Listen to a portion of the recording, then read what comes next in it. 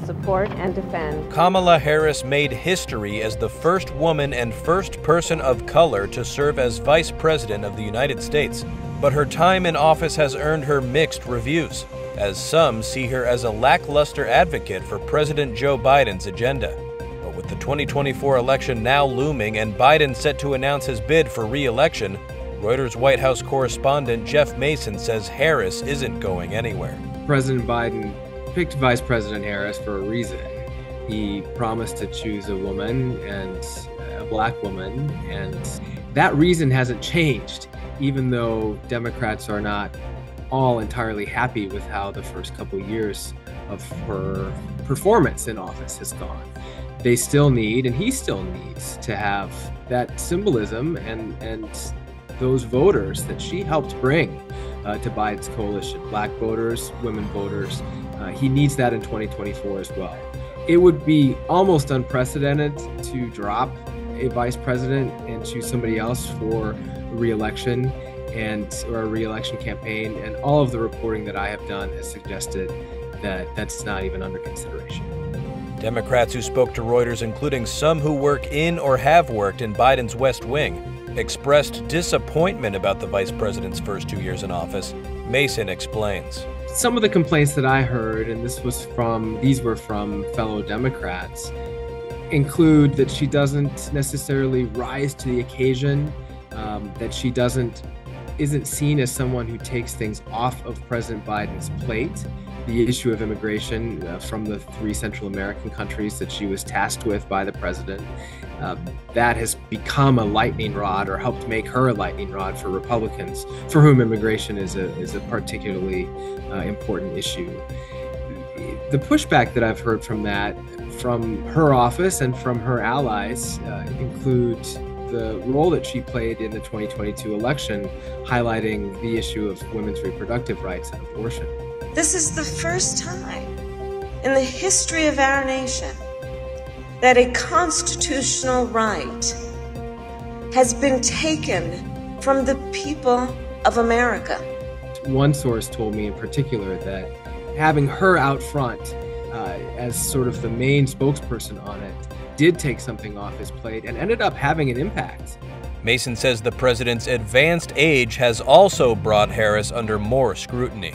Because her launch, as it were, has not gone exceptionally well, that's one reason Democrats are a little concerned that she's his running mate, because unlike some previous administrations where there's always a chance that something happens to the president and the vice president would have to take over. But in this case, with someone at Biden's advanced age, the possibility is even greater that she might have to take over. And that's a concern, and it's a concern for people who don't feel she's done super well.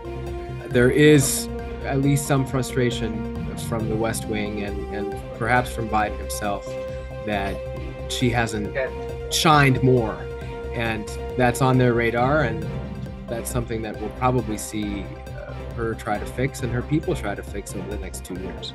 But there is a little bit of a cloud, and her people bristle at that, but it's a reality, and that's something that the Republicans will no doubt try to take advantage of as well. Schools in Los Angeles are back in session Friday after a 3-day strike by education workers ended with no breakthrough in demands. Talks crumbled between the Los Angeles Unified Schools District and striking workers who demanded higher pay. Tiffany Barber, a special education assistant on Thursday's picket line, said she isn't ready for things to return to normal. We're going to go back to work tomorrow after this, but I'm ready not to go back. If we're going to keep having to fight, then I'm willing to do that. We're 3 days in, and I'm willing to do some more days if we have to. Some 30,000 service workers, such as bus drivers, custodians, and cafeteria workers, walked off work on Tuesday. The union says workers who earn $25,000 a year in one of the nation's most expensive cities are long overdue for a raise, a view shared by teacher Liliana Cortez. We're facing housing insecurity. We're facing eviction. Food insecurity. A lot of our workers are also LAUSD parents, so their kids are LAUSD students. So it really impacts the entire district, and really, it's not too much to ask for our workers, our education workers, to make more than in and out.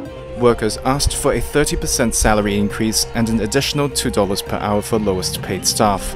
The strike went on ahead despite the district offering a 23% pay rise along with a 3% bonus.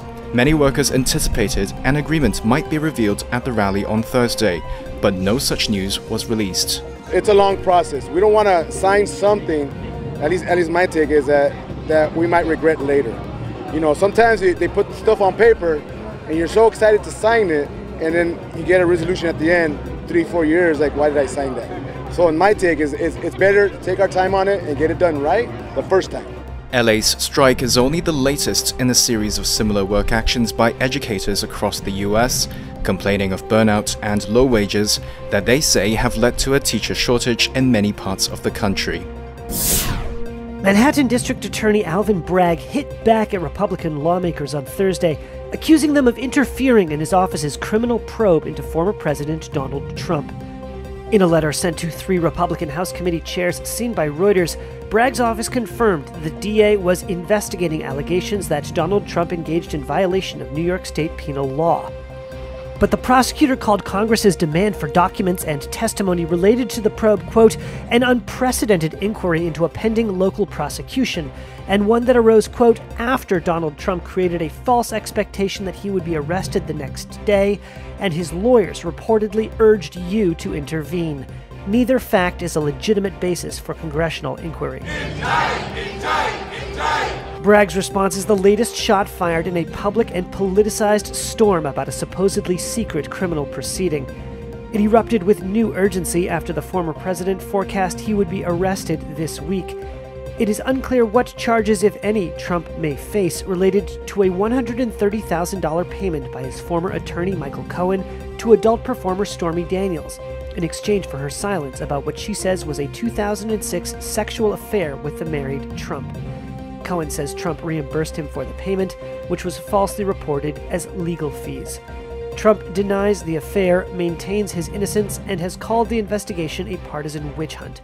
Legal experts have said Bragg's office may be trying to turn a misdemeanor charge over a falsified business record into a felony by suggesting it was an effort to conceal another crime, namely that buying Stormy Daniels' silence amidst an election may have been a violation of campaign laws. The Manhattan DA's office has been investigating Trump for some time, even under Bragg's predecessor. Bragg caught some by surprise when he revived the hush money payment probe earlier this year. He resurrected this old prosecution, the Stormy Daniels prosecution, which had been called, and they literally called this in the district attorney's office, the zombie case. John Coffey is a professor at Columbia University's law school and says Bragg is facing a difficult challenge and has made himself a political target. You've got to find an offense that you can legitimately prosecute in New York State, and that's quite problematic, okay? Now, is he going to be criticized? Of course he's going to be criticized. This is a unique event that's never happened before. If indicted, Trump would be the first U.S. president to face criminal charges. He has mounted a third campaign for the White House while facing legal woes on several fronts, including federal investigations into his retention of classified documents, his attempts to overturn his 2020 election defeat, and a state-level probe in Georgia into whether he unlawfully sought to reverse the 2020 election results in that state. The Affordable Health Care Act expanded Medicaid to cover additional 20 million people. Before it was passed, 20 million fewer people had insurance. So it expanded to cover 20 million more people in Medicaid. That means more cancers detected early, more mental health treatment available, less medical debt, fewer evictions. You know, I signed the American Rescue Plan, which went further and allowed states to extend Medicaid coverage to new moms for up to 1 year after they gave birth instead of only for 60 days. Let's protect lower prescription drug costs for everyone. Let's expand healthcare coverage for more people so they get care. Let's keep building an economy from the middle out and the bottom up. And let's remember who we are. We're the United States of America. Nothing is beyond our capacity when we do it together. So God bless you all, and let's keep fighting to get it done.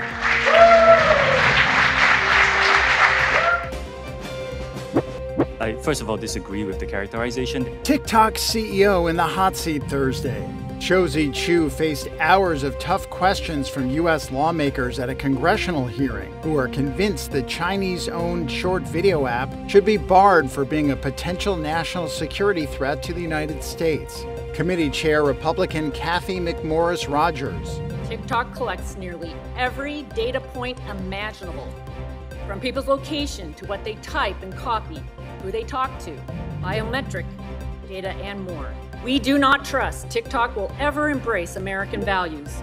Values for freedom, human rights, and innovation. TikTok has repeatedly chosen the path for more control, more surveillance, and more manipulation. TikTok says it has more than 150 million American users. The company has faced sharp accusations that its U.S. user data would be shared with the Chinese government and that it fails to adequately protect children from harm. Chu began his testimony by highlighting his Singaporean roots and tried to show the company is independent from the Chinese government. We do not promote or remove content at the request of the Chinese government. It is our commitment to this committee and all our users that we will keep this free from any manipulation by any government. Chu's testimony capped a week of actions by the Chinese company aimed at convincing Americans and their lawmakers that the app creates economic value and supports free speech amid growing calls to ban it. Several members of the committee also pressed Chu about their concerns about the lack of content moderation on the platform, including Republican Representative Bob Latta, who discussed the death of a girl who took part in a choking challenge she found out about on the app. Unfortunately, this is one of the many devastating examples of children losing their lives because of content promoted by TikTok. Congressman, as a father myself, when I hear about the tragic deaths of young people, it's heartbreaking. Do you find that good faith moderation? Well, Congressman, Section 230 is a very complex issue. Yes or no? We are very focused on safety, and all these dangerous challenges are removed when we find them. TikTok says it rigorously screens content that could harm children and has spent more than $1.5 billion on a security project to store TikTok's U.S. user data and keep it away from others. Last week, the company said that President Joe Biden's administration demanded TikTok's Chinese owners divest their stakes in the app or face a potential ban. China's Ministry of Commerce said Thursday that forcing a sale of TikTok would seriously damage the confidence of investors around the world when it comes to investing in the U.S., and that China would oppose it. A raging wildfire in eastern Spain has forced hundreds of people to leave their homes. Emergency services were alerted about the blaze in the region of Valencia at lunchtime on Thursday. Military firefighters worked through the night to try to get it under control. Earlier in the day, large plumes of smoke filled the sky over Villanueva de Viva, as many local villagers decided to head for safety. We are evacuating as a precautionary measure. We do not have the order given, but we know that this valley is very complicated at the time of evacuation since the roads are narrow. Yes, we are worried. We did not expect this, but this is the result of the forest having been abandoned. It's a shame. 3 villages of more than 1,000 people are reported to have been evacuated. Emergency services said they had set up a refuge for 600 people and a field hospital. It marks Spain's first wildfire this year and follows a winter which, according to EU scientists, was the second warmest on record and unusually dry, while the month of February saw record low levels of soil moisture in some areas. In the face of continued mass protests and signs of cracks in his governing coalition, Israeli Prime Minister Benjamin Netanyahu pressed forward Thursday with his plan to overhaul the country's judiciary. In a televised address, he said his goal was what he called democratic reform to, quote, restore the proper balance between the authorities. It comes after Netanyahu had summoned Defense Minister Yoav Gallant after reports the top-level cabinet member wanted to call a halt to the planned overhaul. Israeli media said Gallant had planned to make a statement seeking to stop the reforms in the name of maintaining order in the military ranks, where some officers and reservists have vowed to refuse orders over the overhaul. The apparent willingness of Gallant, a senior member of Netanyahu's conservative Likud party, to break rank drew criticism from a far-right faction in Netanyahu's religious nationalist coalition government. The proposed judicial overhauls would give the government more control over appointing judges and limit the Supreme Court's ability to check the Prime Minister or the legislature. Proponents say the High Court has too much power. Critics say the court's independence is a vital part of the country's democracy and warn the overhaul could benefit Netanyahu, who faces corruption charges. He denies any wrongdoing. The proposed overhaul has prompted weeks of mass protests in the streets. Police in Tel Aviv on Thursday used a water cannon to disperse demonstrators who had blocked a highway. In Jerusalem, officers scuffled with protesters who tried to push through barriers near the Prime Minister's residence. On Thursday, Netanyahu called for unity, saying Israelis had one country and must do everything to protect it. 25-year-old protester Karen Pikovsky watched the speech and shrugged, saying Netanyahu was trying to sell them out, just so he could continue to be prime minister.